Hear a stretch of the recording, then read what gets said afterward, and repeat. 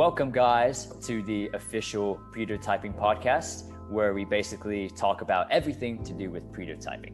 And so in this season, you will learn about different aspects of the methodology, hear from different pretotyping practitioners, and even see us try to make our own, all in the spirit of validating your idea with your own data. I'm Jonathan Sun. And I'm Robert Scrobe. This episode is sponsored by Exponentially. Supercharge your innovation process and get certified as a world-class pretotyper with the official Learn Pretotyping online course. Sign up using the code OG100 for $100 off. Learn from Exponentially's CEO and master pretotyper, Leslie Berry, and develop your own pretotype with personal feedback from Leslie. You will also gain access to the Exponentially app, an enterprise-level tool to help you keep track of your pretotypes and join an exclusive Slack community of certified pretotypers. Sign up today at www.exponentially.com/learn-pretotyping, and use the code OG100 for $100 off. Now, our next two guests are Saanya Bhargava and Myles Nobles. They study at Rice University and have built a startup called Remora, a peer-to-peer food delivery platform for Rice University students. They have also taken a pretotyping course in college and definitely have a lot to show for it. How are you guys doing today? Yeah, I'm doing good. Just grateful to be here. Yeah, thanks for having us. No worries, no worries. How was the snow earlier this week? Did you guys enjoy the snow? Did you guys make a lot of snowmen and make snowball fights or whatnot? Yeah, so I have mixed feelings towards the snow. On the first day, I went out to Herman Park, which is right near Rice, and just kind of played in the snow, took pictures. I've only seen snow like 2 or 3 times, so it was nice. But then it got cold really fast and annoying. So that's kind of where I'm at right now, but I enjoyed it for a little bit. Yeah, it was nice to see as a Texan. That's pretty cool, but also got vaccinated in the snow, so that was pretty cool. And so, yeah, it was a crazy day. You got when did you get vaccinated? Was that a few days ago? Yeah, it was on Monday when Rice University literally had 800 doses to give out by 5 p.m. and so people ran. That's lit. Did you I'm probably gonna get mine soon too. Did you get any no side effects so far? No, I did have side effects. I had a high fever the next day, but then it just went away. So that's good.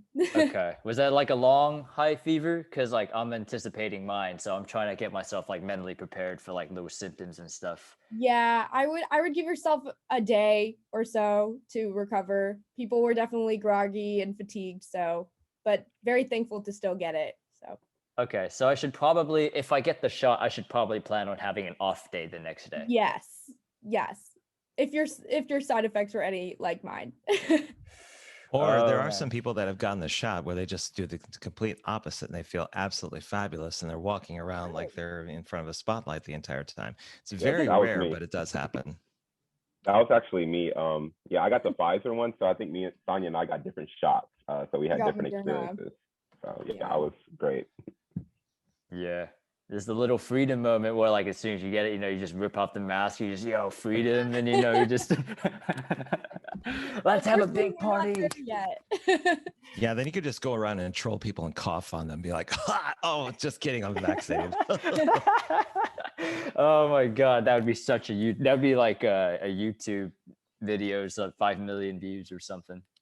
Well, that and you're risking getting punched in the face, so you got to basically weigh your options. All right. Opportunity cost. Yeah, exactly. Much. You're thinking exactly like an entrepreneur would. What is the risk reward of telling somebody I'm giving them COVID, but I'm not really giving them COVID? What's the high end risk? Yeah. Oh man, that would be really interesting. I mean, the cops getting caught on you, even though you didn't do anything. Let's start with kind of introduction to both of who you are and what you're all about, and then we can kind of go from there. So let's start with Myles. Myles, please tell us who you are, what you do, what you're all about, and we'll go from there. Yeah, of course. So my name is Myles Nobles. I'm currently a sophomore at Rice University, and I study neuroscience with a minor in entrepreneurship. And I've kind of really been into entrepreneurship since a young age. I like building things, not necessarily with my hands, but I guess with my mind and just making them come to life. And then I'm also really into neuroscience and kind of the computer science AI aspect of things. So in the future, I want to become a neurosurgeon, and I just want to integrate AI and a lot of neuroengineering and those types of things into the neural system, and that's kind of what I hope to do in the future. And that's mostly about me. Very cool. And Saanya, what about yourself? And tell us a little bit about who you are and how you came to know Myles. Yeah, so I'm Saanya Bhargava, a sophomore at Rice as well.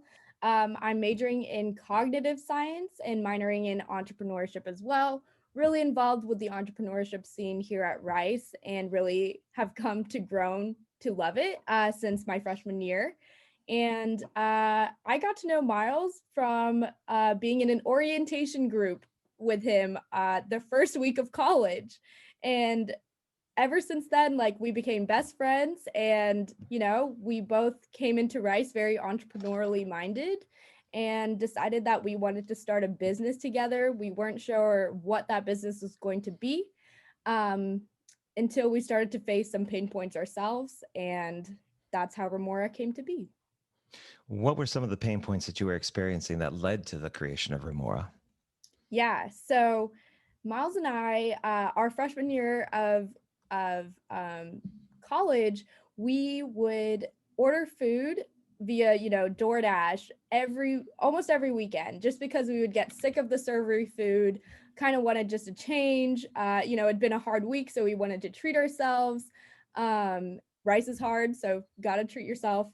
And we basically faced a lot of difficulties with delivery. Like, our DoorDash driver would never know where to like drop off our food. We'd be like chasing them around campus. Like, Rice has these gates that like close at midnight, so that makes it really difficult for the driver to come into campus if they don't know the right gates. And so we basically were facing all these pain points with delivery, and we thought that we could do it better. So that's how Remora came to be. Cool. So how did you kind of go about testing this, and how can you kind of explain a bit how pretotyping worked into how you created or kind of worked out what Remora was going to be? Yeah. So initially we had this pain point revolving around delivery and this food aspect kind of thing, but that was just kind of me and Sanya's assumption. We really had no validation behind that. So what happened was, in the summer, I think before this year, we kind of did extensive interviews with students from Rice, UT, A&M, a lot of different schools, and we kind of just got a broad overview of the biggest pain points that they face being a college student on campus or around campus. And this revolved around food delivery, stress, friendships, building relationships. There's just a lot of different things. So once we did those interviews, we were able to narrow down some common pain points, and a lot of them revolved around food. A lot of people take to food to relieve their stress from school. A lot of people take to food to build relationships with friends. So this creates a lot of times when students are either going out to eat or getting food delivered to them on campus. So with that, we kind of had validation on what these pain points were, but we didn't really have a solution to it. So Saanya and I came up with an idea, and pretty much what we did was we recruited about 30 students that lived in our specific college at Rice called McMurtry. And then we had them enter into a group chat, just a simple iMessage text group chat.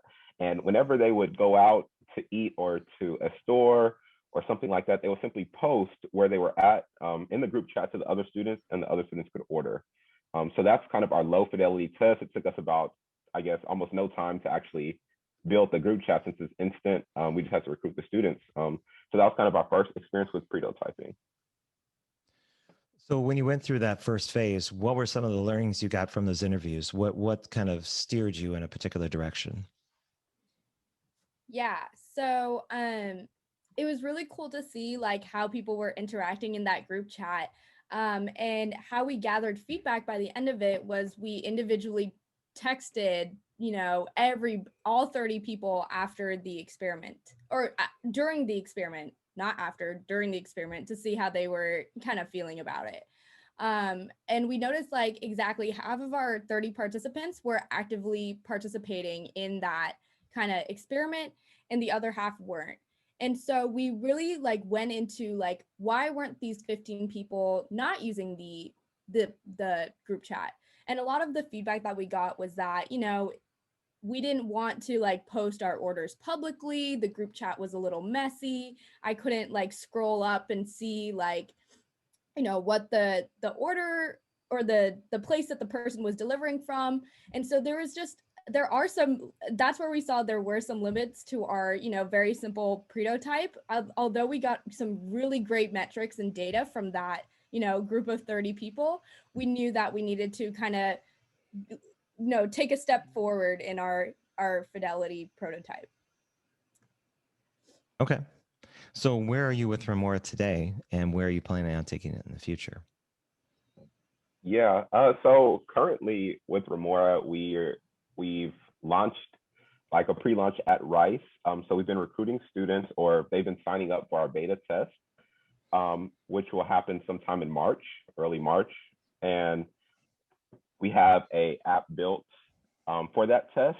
So at this point, we're pretty much just getting all the kinks worked out, going through some legal stuff and all those different things before we launch officially at Rice. So that should be in early March. And pretty much what we hope to do is we hope to test at Rice over this next semester and gather a lot of good data points. And then from there, we want to think about implementing at Rice fully, and then testing at other colleges, and expanding further into hopefully every college nationwide. Yeah, so we're coming into this Rice-wide experiment with a couple of assumptions that we want to test and make sure that are valid before moving forward. So if you were to turn back time and give yourself advice on what you would do differently when you first started this, what would you say to yourself? I think we've done a lot of things pretty well. My only thing would be to it's not really feasible, but I guess if me and Saanya and I could have started earlier, like right away, so to give us more time. But other than that, I feel like we did spend a lot of time in the beginning on interviewing people, but like at some point we're interviewing like 50 people in a day or whatever it may be, and then we just kind of knew their answers ahead of time, so it became so predictable where like at that point we don't need to interview anymore because we already know the answers that this person is likely going to say, so we can move on to the next step. So maybe just being a little more concise and just a little more, I guess, fast paced with that interview process, and realizing we've already gathered the data so we can move on to the next step. Yeah. I think the interview thing is really something that took a lot of time for us, but at the end of that, we kind of knew what the pain points were. And another thing was just making sure that we're as data driven as possible. We created a landing page and for people to sign up for our beta test, and we really just wanted to, we wanted to track how many people were clicking on things and things like that. And so making sure that we have that in the future, I think making sure you have all that data in place can really help your venture, I think. So for other entrepreneurs at Rice University that want to try out what you've done, is there an existing community there at Rice that people can tap into? Are there particular networks that they should check out? What would be your recommendations? Yeah, there's a bunch of things at Rice. So Rice, the main entrepreneurship hub at Rice is Lily, which is the Lou Idea Lab for Innovation and Entrepreneurship. They not only have a bunch of classes, like we took basically a class called New Venture Challenge, where we learned all about pretotyping and we're graded essentially on our pretotyping test. But there's also a bunch of programs, especially for women in entrepreneurship. There's clubs here at Rice, like there's Rice Ventures. The faculty are really willing to like help your venture outside of class, or like even if you're not taking a class with them, they're willing to sit with you on a one-on-one basis. So Rice has really helped us. I mean, we couldn't have done it without Lily, to be quite honest. So what about you, Myles? Do you also have the same recommendations that Saanya does? Yeah, Yeah, so I'm heavily involved with Lily. There's also another club, I guess that's relatively new, like Rice. It's called Rice Ventures. So they kind of take in, you can send an application to them and they take in certain ventures per year. Then they pair you up with pretty nice mentors who are really supposed to excel your venture.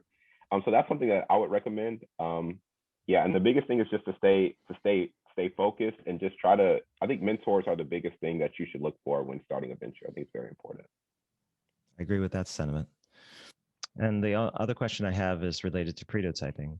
Since you've had that course and kind of experienced it, what would you recommend about the process that people should try, and what you would, if you had a magic wand, what would one thing you would change or add to that process? Mm. Yeah.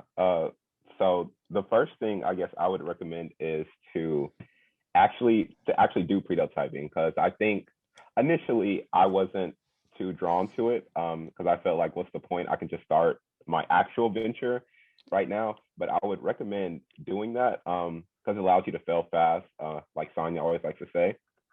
So that just gives you some room to fail and kind of iterate. Like, I don't really view it as failure, but more so a chance to iterate and improve in the future. And then there also are a lot of things revolving around prototyping that I don't necessarily believe are as useful. So my idea would just be to cut out all the fluff and just to simply test with an experiment right away, gather data, iterate, and then make design changes based on that. So what would be the fluff that you would cut out, if I could dig into that a little bit? Yeah. I always mentioning it, so I feel like people might think I have a disdain for interviews, but it would be it would be the 50 to 100 interviews you're told to do beforehand. I would instead just maybe do a couple, then just go right into the testing and just, I mean, if it fails, it fails. But I think interviews, they don't really give you a clear picture. So an idea might be great and you did interviews, but a person might not necessarily have those exact pain points. But if you can test it, like, people act different from what they say than what they actually do.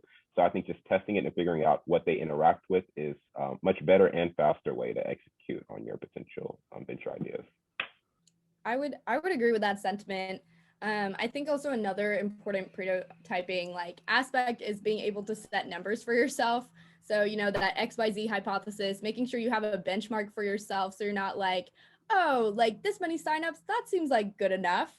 But like, you need to have that predetermined, like, we need 20% of these people who are going to sign up, or 20% of these people are going to do this based on some sort of logic. And that really helps in terms of gauging like what you want after the prototype is done. So yeah, setting those numbers beforehand is so important. You could also consider the percent threshold for your own acceptance of whether or not what you're venturing out to do makes sense to do. Exactly. If you're only getting 5 to 10% and your aspirations are more to 20 to 25, you're going to have to do a compromise. Do you continue with it, augment it, modify it, or do you just press forward, saying that maybe the timing wasn't right, or you just didn't market to the right audience? And eventually, it's always that question of whether or not you're going down the right path, or you just haven't gone far enough. That's always the tricky thing. So one other question for you. What would you say going forward is going to be one your challenges as kind of a student founder or an entrepreneur? We're in 2021, so we're in the middle of a pandemic. We're eventually getting our way out of it. But from your standpoint, going to Rice and being in entrepreneurship, what do you see are some like near term, like within the year challenges that entrepreneurs would face, especially with your own startup, with where you want to go? Where do you see some headwinds in the entrepreneurial space? Yeah. I mean, like pandemic aside, like being a student founder, especially at a very like rigorous university like Rice, is challenging because not only are you balancing schoolwork, but you're also trying to balance your baby at the same time. But I think in terms of like being in a pandemic situation where you're not able to like meet people face to face, Myles and I meet every day, but like over Zoom. And so it can be, especially since you're bound, this is not something you're doing for like credit or anything. It can be hard to like be motivated, especially when you're not meeting in that collaborative space with like a bunch of students who are doing great things. You know, that's really something that I've seen happen at universities right now, where it's like motivation has gone down because you're just sitting in your room on a laptop, you know, trying to collaborate and things like that. Yeah, I would definitely agree. I think the biggest thing is motivation. I think with the pandemic and everything going on, I think there is a lot of opportunity in the future, because a lot of things have shifted in the way in human behavior. So that leaves a lot of opportunity for new ventures to come along and improve some aspect or whatever that might be. So I think there's a lot of opportunity for young entrepreneurs that want to get into the space. I think just staying motivated when you have so much to think about aside from pursuing a venture, and then also it's been tough for a lot of businesses. So a lot of businesses, especially small businesses, have closed down. So just learning to adapt and figure out a way to stay alive, to see the end, and to hopefully see your venture be successful, I think is important. Very nice.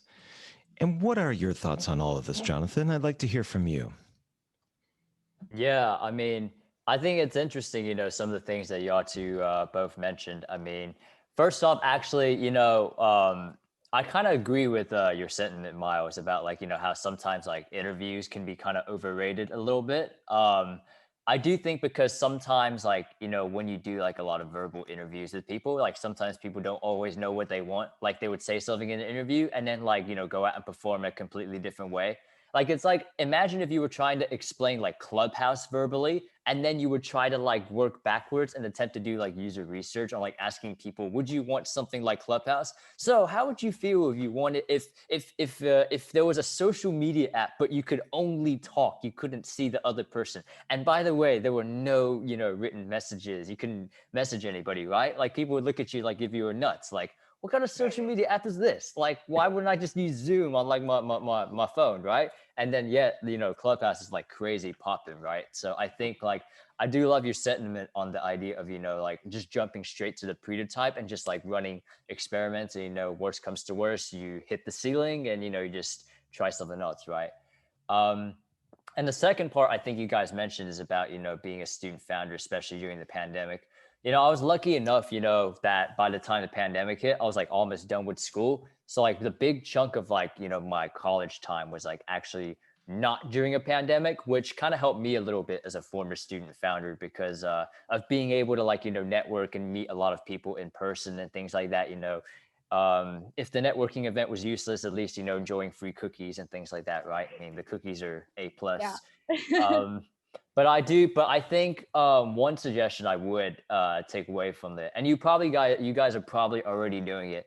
I think something to take advantage of it though is like a lot of like real like people that are generally really really busy in the past now have a little bit more free time because they're not commuting everywhere.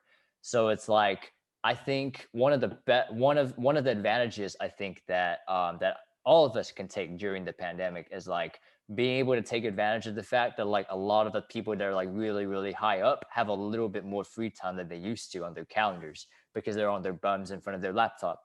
So so I guess, you know, if there's like, you know, any important people, whether they may be in like venture or like things like that, you know, now I think is like a really really good time to, you know, to connect with them, you know, while they still got free time on their hands and, you know, they're not out commuting as much. So that's probably the biggest stuff I can think of over here. I have a networking hack for the both of you that may help.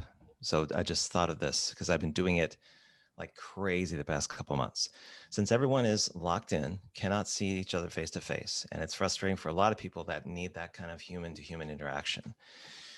The alternative to meeting people is places like LinkedIn and Slack and other places where you can easily meet people in the professional sense, especially if they have an affinity for you.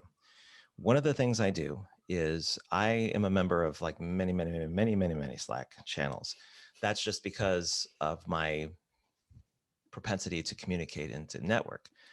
But what I do is I keep an eye out for the hashtag introductions on each of those. And I look for people that post there and say, hey, my name is so-and-so and I do this. Here's what I'm all about. Here's a picture of my dog. Here's me skiing, whatever they put in there. Usually if they're in Slack, there's a LinkedIn profile that corresponds to that, and I search for it. Then I basically ask for a connection request. And I literally have in a Word document something that's just a script that says, hey, I saw you post an introduction in blank Slack channel, and I'd like to connect with you on LinkedIn. Talk to you later. Get in the habit of doing that enough. You'll be able to add people to your network that have affinity with what you do. So entrepreneurialism, maybe food delivery, whatever the case may be, there's usually a watering hole or a community where these folks hang out. So it's nothing where you're intending to sell to them or to upsell them in any way. You're just wanting the connection because on LinkedIn in particular, when you add them there, they automatically follow you. They don't, it's not something that that's done where they say, oh, now you've added me, now I have to do an extra click and follow you. LinkedIn automatically rigs it so that when you add them to your network, they're going to follow whatever you post. So if you get in this habit of adding people in all of these different communities, when they introduce themselves because they've given you their information, that's a golden opportunity for you to, in mass, just basically add them with the same script. Some will bring you to the network, some will not. But the point is that over time, you'll start to gather a lot of followers, especially on LinkedIn and other places, where they'll start to see your content. They'll see what you're up to. They'll see your status in a professional entrepreneurial mindset. Same thing with Clubhouse, we just mentioned. People post their names, what they do, and especially if you get into a room where it's something where you have an interest, be it neuroscience or wherever it may be, find their LinkedIn profile and send them a connection request based on that. I've seen you in Clubhouse. I wanted you to connect you on LinkedIn.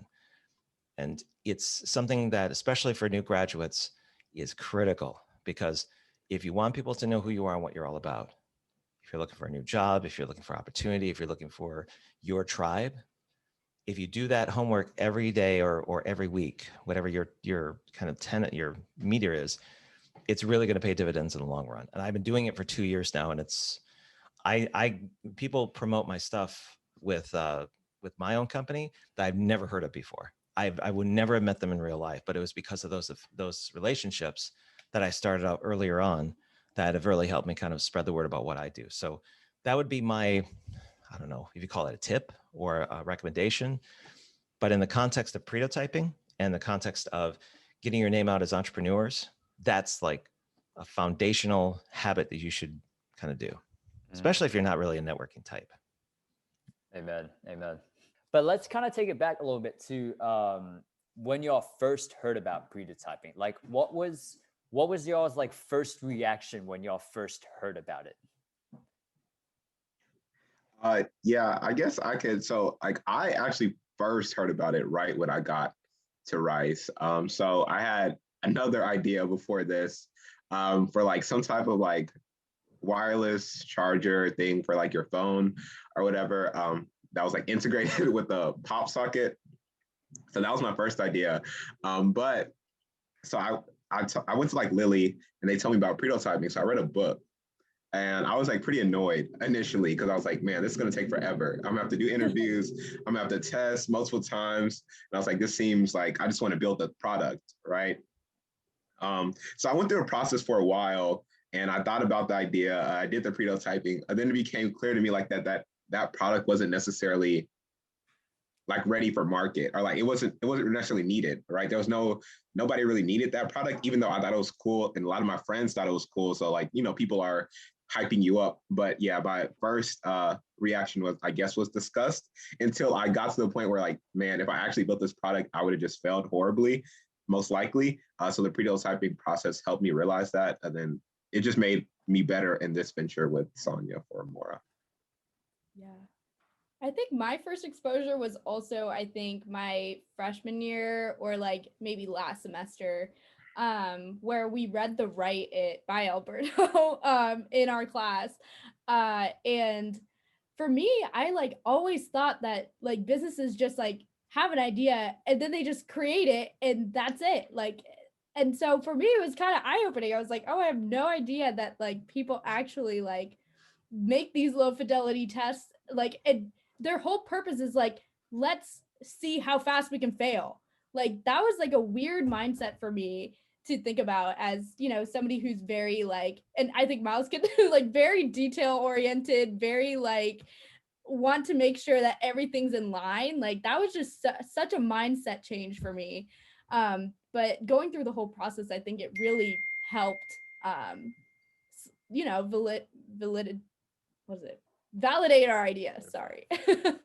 Yeah, no, that's crazy. I mean, because see, when I first came across prototyping, this was actually before the Write It was written. Did y'all ever get a chance to read like Alberto's little like the PDF? So it's called Pretotype It. Did y'all ever get a chance to read that?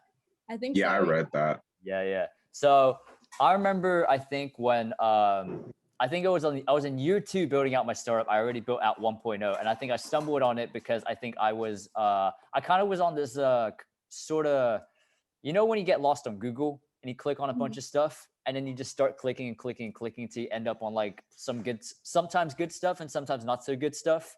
So this time I was on a Google binge, and I ended up on the page Pretotype, and I was like, oh, cool. What is this? You know, is this a misspelled prototype thing? And I go through it, and like I read it while I was like I forgot. I was waiting for I was waiting for. Oh yeah, I was picking up my dad at the airport, and I went through the whole book, I think, in like 2 hours. And then afterwards, I was just like, "Yo, I can't believe I didn't find out about this earlier." You know. So yeah, that was my story of how I picked it up. Yeah. So how did y'all meet Alberto? Because I know Alberto was the one that introduced me to y'all. Actually, like, how'd y'all meet him, and like, what do y'all think of him as a person? So our professor, Dr. Hassam Panahi, he reached out to he's like been super like fundamental in our whole kind of Remora process. He's the one who taught us about prototyping, and he was like, "Hey, like Alberto is looking to like look for some students who've gone through the prototyping process to be on a podcast, which is the Pretotyping podcast." And we are like, "Okay."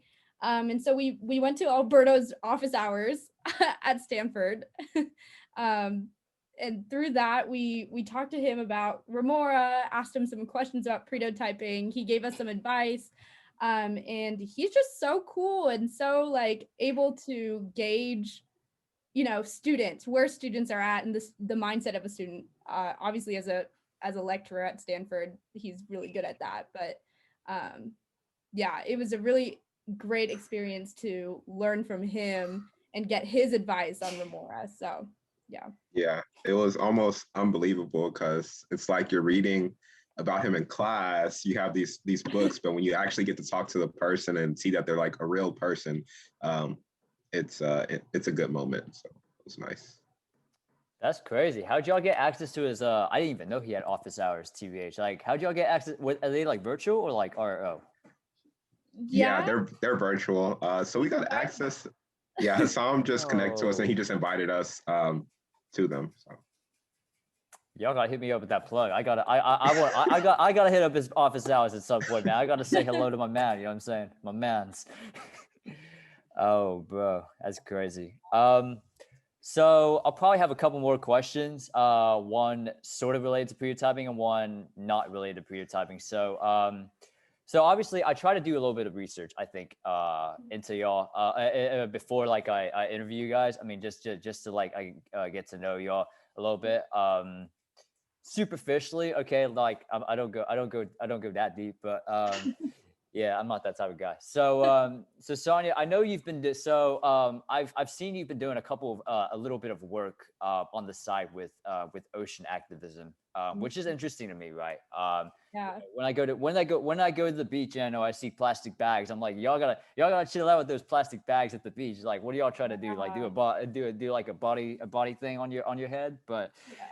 Tell me about a little briefly about just like some of the things you've been doing with like ocean activism and like kind of like why you've become really, really passionate about it. Yeah. Oh my gosh. So I consider myself an environmental activist and have been so since the beginning of my high school years. I actually lived overseas in Asia for 10 years of my childhood. So I lived in Shanghai and then in Singapore, and I got to travel a lot and saw my family lives in India, and, seeing plastic pollution being such like a prominent problem and like people living in their own plastic waste was really like something that stuck with me as a kid. And so I started Impact Gravitas in high school, which is an organization focused on increasing awareness and developing solutions for plastic pollution. And so I did a lot of community work in high school, and trying to bring that here at Rice as well. But have done a lot of community work, as well as I'm on the UN Ocean Decade Youth Advisory Council now for that. And so it's been really cool to be a part of that kind of movement and, for plastic pollution. Yeah, and I think that's really important. Hey, as once you figure out how to want to do something about Galveston Beach, I mean, if you've been down to Galveston Yeah. Beach, I mean, Oh my one of them gosh. is, dude, Galveston Beach is nasty. Y'all ever seen that? Nasty. Like, Yeah. I went to Galveston Beach. I think the last time I went there was like my third year of high school, and like I just remember just sitting there counting how many. I remember sitting there counting like plastic bottles and like jellyfish. Like there was Yeah. just like this beach like swamped with like dead jellyfish, and I was like, Yeah. "Yo, something must have happened." So sad. It really is. It's crazy. People still want. Do you still want to like promote Houston as being the best city? Oh my goodness. I mean, it kind of depends. I mean, for myself, I mean, I like cities that are like a little bit more dense and packed together. I mean, hence why I live in London right now. But I mean, Houston has some merits. I mean, you can get a 5-bed for like 200K. I mean, that's rare. 5-bed for 200K, right? But so Miles, I'll ask you this question first. Are you currently and you can either answer like are you or like how would you, right? So how would you pretotype a new life habit of yours? A new life habit. I guess I can kind of speak to that because I kind of currently am. So I've always been into like fitness and working out since I was younger, but it was kind of hard coming to college. So I kind of got off of it. We had classes and work, so it made it difficult to do that consistently. So what I started trying to do, at least with my roommate and some other friends, is we work out in the morning at 6:30. But that's a bit of a jump from waking up at like 9 or 10. So kind of how I tested it, I guess pretotyped it, is before we actually started working out, we kind of made like a week for us to get adjusted. So what I did in this week was I would just wake up, kind of try around that time, but I didn't go work out. I just kind of got up and walked around and just kind of try to get my body used to it. I just slowly, I got up and like made breakfast at that time, just like did different things so my body could become accustomed to waking up at that time. And just eating right before we even started working out, where when that day came and we had to work out, it was still tough, but I was slightly better for it since I kind of had pretotyped my way into getting used to it. Yeah. How about you, Saanya? I was about to say something very similar, which for me, working out was like a dreadful thing. Like I like it hurts. I'm not about it. I cannot run for, I can't. I just can't do it. But I was like, like I really need to make sure that I'm staying healthy, especially with quarantine and like sitting in a room all day, my dorm room here. And so for me, pretotyping my workout was like, okay, seeing like how much I can do in my suite here, how much do I need to go to the rec center here at Rice, and really testing like what worked for me and what didn't. Like if I couldn't do it, like I couldn't do it. That was a fail, but like at least I tried it and moving on to the next thing. So I guess very similar vein to Miles, fitness is something that I've been also trying to pretotype my way through.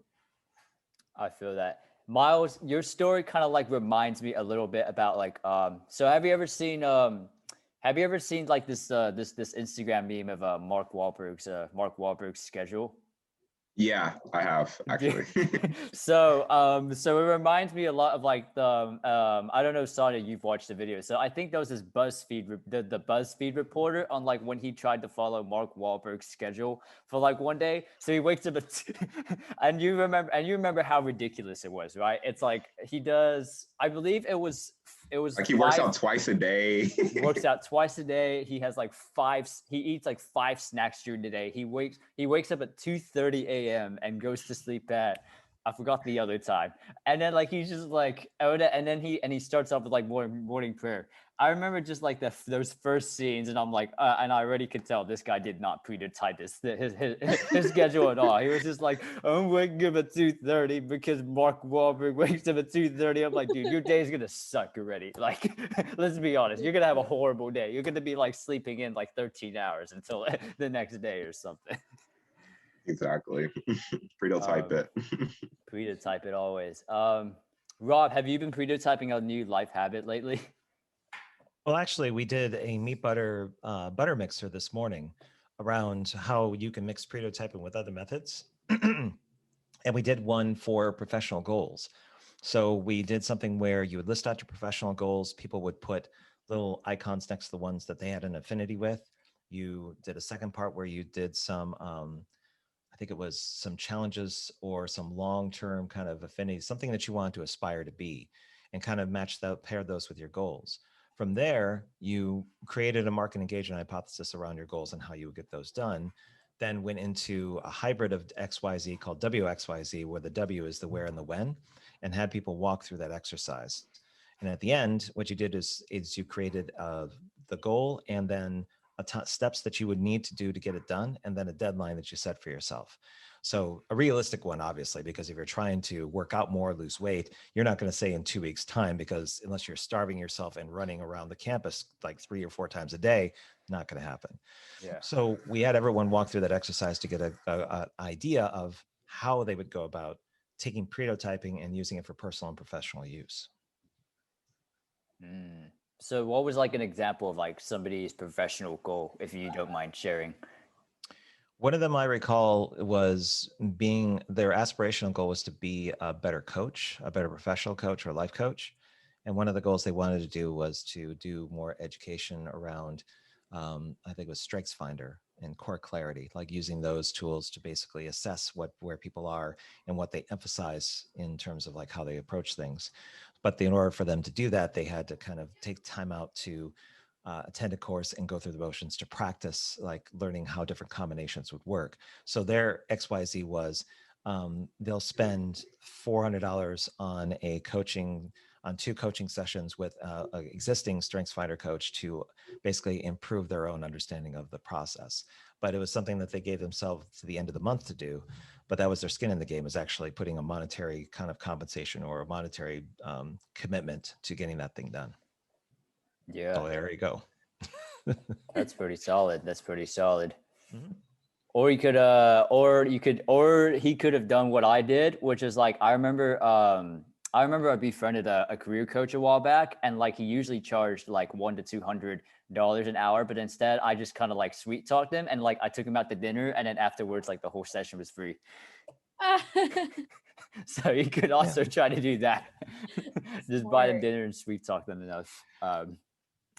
Well, there's always the friends and family amount, and then there's the I don't know you amount that usually connotates a little bit higher up, because you have to kind of pay for the privilege or pay for the kind of like the engagement that you're going to have with this individual. But most of the time, if you're spending that amount of money, you really know what you want, or you have an idea that this is the person that definitely is going to help you with what you do. So again, it's like prototyping. There's the assumption around what's going to happen versus what actually does happen when you go through the process. And you have a whole different set of things that you're thinking about. But yeah, it really does come down to finding the right person for what you need. Exactly. Or there's like a third rate that like that I've discovered, which is like, I could tell that you're loaded, so I'm gonna jack up the price like even higher. So well, I would argue that people that are loaded are just as price conscious as the ones that are not. They don't necessarily, but they know they have I would say they have more liquid capital to spend it on something they know is going to fix the problem immediately, so they can spend more time and focus and attention doing what they want. So that would be the only, that in my experience, that's what it is. Now, I'm not saying I'm part of that group. I'm saying that I just know people that kind of operate in that capacity. The adherence to time is extreme. So that brings me to a question for Saanya and Myles. Since your time at Rice is going to be limited to a certain amount of time while you're doing your studies there, and then are you planning on continuing this collaboration you have with both of you and seeing where it goes? Do you have ideas for other products that you want to try besides the one you're doing now? What's been kind of going on in the conversations between the two of you? Yeah, we haven't explicitly talked about so far ahead right now, just because we're kind of focused on executing, I guess, in the present. But I guess that'll be a discussion that we'll have eventually. And I guess a lot of that really just depends on the traction early on and different things. And I know we both are passionate about this, and we both have other ventures that we're also looking to pursue. Like I would classify myself eventually as a serial entrepreneur, hopefully. So yeah, if I could continue after college, I would be happy to. But we're just kind of just seeing where everything goes. Just focus on execution of today. Got it. Yeah. I think right now I don't know what Remora is going to look like in 3 years. So once we get there, I think it's going to be really interesting to see. Where it goes. You can rebrand it and just call it Nom Nom. Just where it goes from there. Why? That's a good interesting question. Why Remora? Why the name Remora? Where does that come from? Yeah, so we were thinking about names for quite a bit of time, and what I was thinking was like, what you learn about biology, that mutualistic relationship between animals, that like, an ant benefits a plant and the plant gives the ant a home, that mutualistic relationship. And I told Myles, like, this is kind of what our app is. Like, it's a very like, you help me, I help you kind of situation. And so then we started Googling like mutualistic animals, and the Remora fish came up as a mutualistic animal. They're the fish that like sticks onto the shark and like cleans the shark, and the shark provides it a home. So we thought Remora was a great name to go with for our venture. Interesting. Exactly. So if you were to pitch Remora to someone in terms of like your 60-second pitch, what does that sound like? Yeah, that's a good one. Do you want to? I guess that's I could subtle, Myles. That's really subtle. Yes, yeah, I agree. That's a good question there. Yeah, I am a VC scout on the side, so I'm excited here. Yeah, because in Clubhouse, if you're into that app, or people that are on it, they have sub channels where people actually practice their pitches. It's the only reason why I bring that up is that there's people that are actually practicing, like I own a luxury company and so on. But not that I'm asking both of you to do. I'm just saying if you could, in 60 seconds, tell somebody who's never met you before, says, like, so tell me a bit about your startup. And you go, why? Yeah. It's Remora. It's about a fish that feeds off of sharks.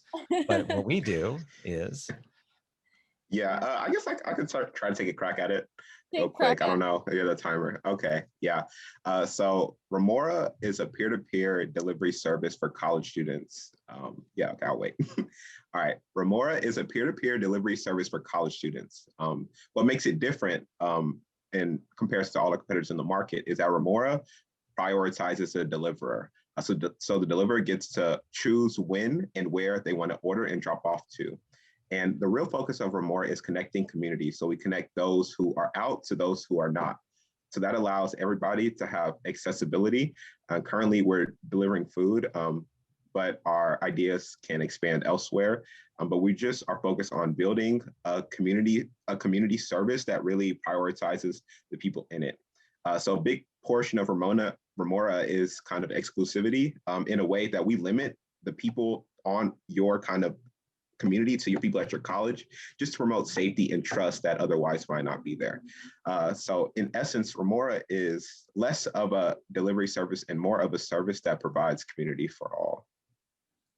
Well done. Good job. That was 2 minutes. Actually, I started on one. So this is a 60-minute timer. I just did it for the visuals. For those of you who are listening to the podcast later on, they don't really know that I put a timer in front of my monitor. But Saanya, do you want to take the challenge as well and try to do this in a minute? Oh my gosh. Okay. Okay, I'll give you 10 seconds to think about it. I don't think I can flip my screen. I wish I could because I know the numbers are coming in backwards probably. Yeah, that's okay. You can just read backwards time. So on your mark, get set. Tell me what's this Remora thing all about, Saanya? Yeah, so Remora is a peer-to-peer delivery service allowing college students to deliver to other college students. We started this app because as students at Rice University, we really realized that it's really difficult to get food and groceries delivered to campus, especially with delivery drivers not knowing our campus. And so we thought, hey, why don't we connect students who are out getting food and groceries to students who are on campus and don't necessarily have the time to do so. So Remora is a platform that connects the students who are out with the students who are back at campus. And so our deliverers basically post as to when they are going out to the store or to a restaurant, and they get to receive orders and bring those orders back and get a fee for however many orders they bring back to campus. Our main focus is to promote inclusivity, safety, and trustworthiness in our communities. Hey, Good stuff. there you go. A little different than Myles, but But what you can do is when you get the recording later, you can use your voiceovers for your eventual commercial, like when eventually you put in promotions and marketing, you can just basically use that. Just clip it and do what you want to. Yeah. That would be funny. I'm looking for 250,000 for 5% of the company. Dun, dun, dun. With a 2-year commitment, with a no lease clause and all the other bindings that go into kind of what VCs do. Yep. Yeah, exactly. Oh man. All right. Well, I think I probably don't have any more questions. So do you want to read the closing line? Yeah. Before we do that, let me get up there. I do want to say, Saanya and Myles, thank you for taking the time to speak to both of us about what you're doing with Remora. And I wish you all the best of luck with your startup and with getting this thing off the ground. I'll be sure I'm going to see you in Fortune magazine at some point in the future with whatever you're doing there at Rice University. But I do want to thank you both for taking the time to speak to us. Yes, thank you so much. We really enjoyed ourselves. Yeah, thanks for having us. No problem. If you want to hear more of our podcast, subscribe to our YouTube channel and follow us on Spotify. And if you like, you can share with your friends. And remember the phrase, or I should say, let me take that back. And remember, you always want to consider, I can't do that. Jonathan, you got to read that line because for me, it feels weird if I say it. The fail Ferrari fast and McDonald's cheap, because it's not what I usually say. Remember, guys, fail Ferrari fast, McDonald's cheap.